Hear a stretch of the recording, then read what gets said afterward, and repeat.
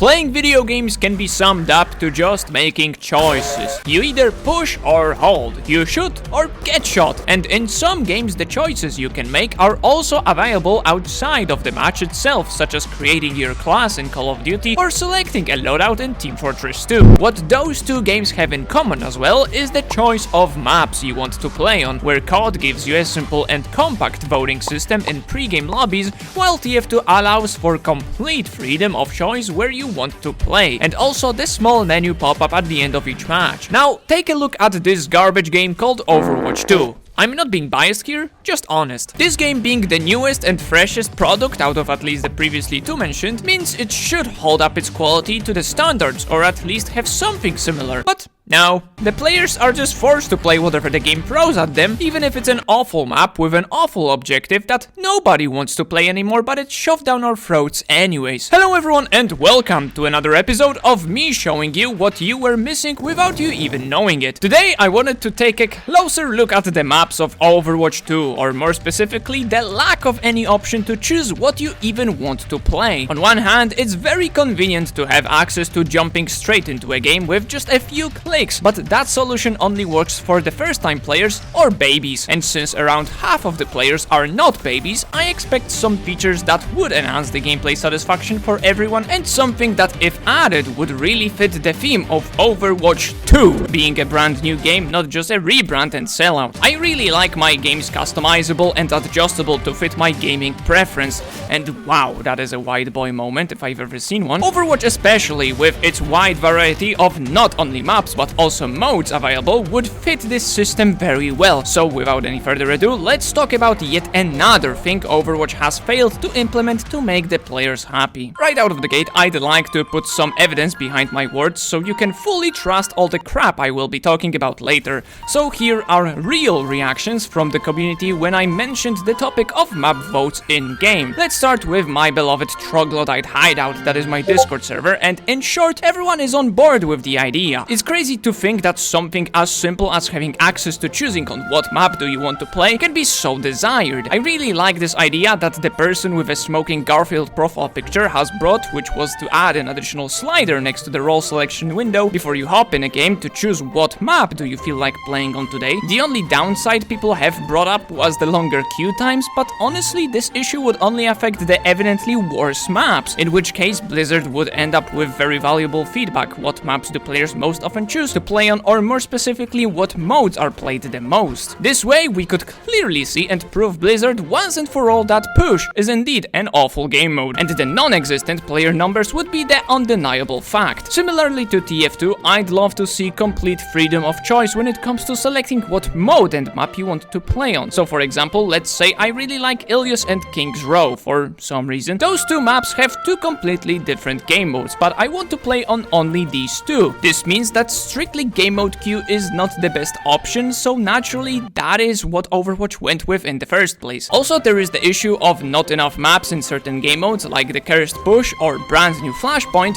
which have 3 and 2 maps accordingly. There isn't much to choose from here, so if the system was to be implemented today, I'd want to see all the modes being separated, but throw Flashpoint and Push into its own Overwatch 2 stuff category. Next up is your friendly neighborhood tier list creator Kendall, who apparently always wanted it and didn't say anything about it. He mentions that it would be nice if it was similar to COD games, and honestly I totally agree with this. We already have the after game pseudo lobby with your hero stats and all. Why not add a little menu that would allow you to vote for the next map with the players from both teams? This way, even though you queued up for 1 or 2 maps total, you still have a chance to play on other maps if you feel like it by voluntarily voting for them, and if you don't, then simple re-queue with the filters you had on when hopping in the game in the first place would work just fine. Call of Duty doesn't have those initial filters only for game modes. It only works after you finish one game, which does work wonders for the queue times, but you still jump into a game and it is a complete gamble if you land a map you like or not, or if you even got to pick your hero before the match you just joined ended. Even this tiny addition, in my opinion, would enhance heavily the quick play experience, and speaking of quick play, its older, slightly drunk and hated brother competitive mode is a completely different story. While customizing quick play experience is a no-brainer, the competitive scene might be a little clunky since some heroes play better on other maps than others, which could lead to sweaty one-tricks just plaguing some maps, which of course wouldn't be that much fun to play, and naturally the previously mentioned queue times would be an issue. So for the sake of this video being focused on mostly fun and chill, let's ignore the competitive mode and focus strictly on quick play. So naturally, let's now take a look at a top 500 players perspective on this topic. And yeah, we stayed away from competitive for longer than 5 seconds. Good job, us. Quote says it's a good idea to silence the minorities, which is a little controversial, but fortunately we're talking about a video game, not real life. He also doubles down on that one-trick pony factor, so in case you want to play on a certain map like Ilios, you must have an option to make sure you're not playing against a Symmetra main. That is completely understandable and reasonable in my opinion, but that's only because I'm a long-time player and understand all of the dynamics and interactions some heroes have with the map geometry. But for casuals who play the game strictly to chill, all of this nonsense wouldn't matter. You can see the tryhard brain of Quote trying to make even the map voting balanced and counterable, which doesn't fit the casual quick play format in my opinion, but if map choices would come to competitive, I'd say those features might be almost crucial for the map voting to be implemented and be balanced. Lastly, I have the opinion from a mainly TF2 player, but he also plays Overwatch from time to time, and he, no surprise, says the map voting in quick play would be a neat thing to see. But he validates his opinion on the fact he wants to stay and play with the same players he just finished a match with. In Team Fortress 2, you could spend an entire day playing with the same random people just because you all are having an amazing time and no one is leaving the game after it's finished, but instead voting where the next match will be taking place. A little detail that is seen in most map voting mechanics is that usually the players have an option to vote for the same map that match just finished on, allowing the players to replay and keep on playing their favorite map, which is amazing and allows for complete freedom of choice. Although it might be limited by the voices of the masses, you still have the option to leave at any moment you wish, so no worries. Overwatch, on the other hand, will happily punish those who leave in the middle of the match, which once again is a good thing since no one wants to play an unfair match, but it ruins the casual feel of the game. I'm not saying that all games should be fully casual, because that is not the case. Overwatch is Overwatch and some people like it how it is,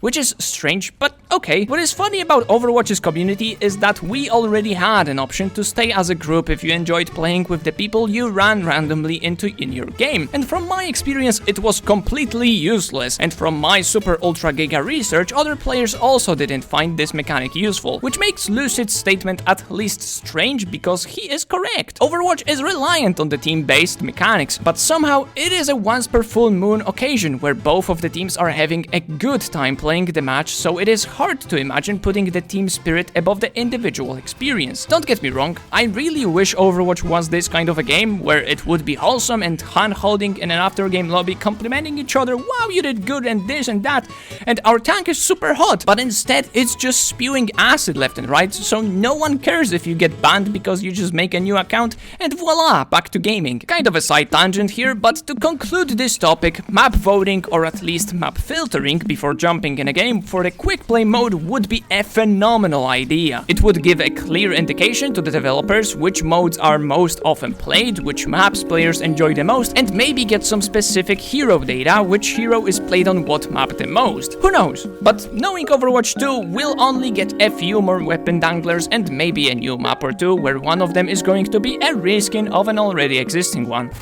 Oh wow, would you look at that. So yeah, that is part 1 of my little Overwatch map adventure. Next episode I'll be comparing Overwatch maps to their cousins from TF2, so stay tuned to see all the results, which is easily achieved by subscribing. And don't forget to let me know down in the comments what do you think about the map voting system for Overwatch yourself. That will be it for today lads. As always, thanks for watching, have a lovely day, bye bye.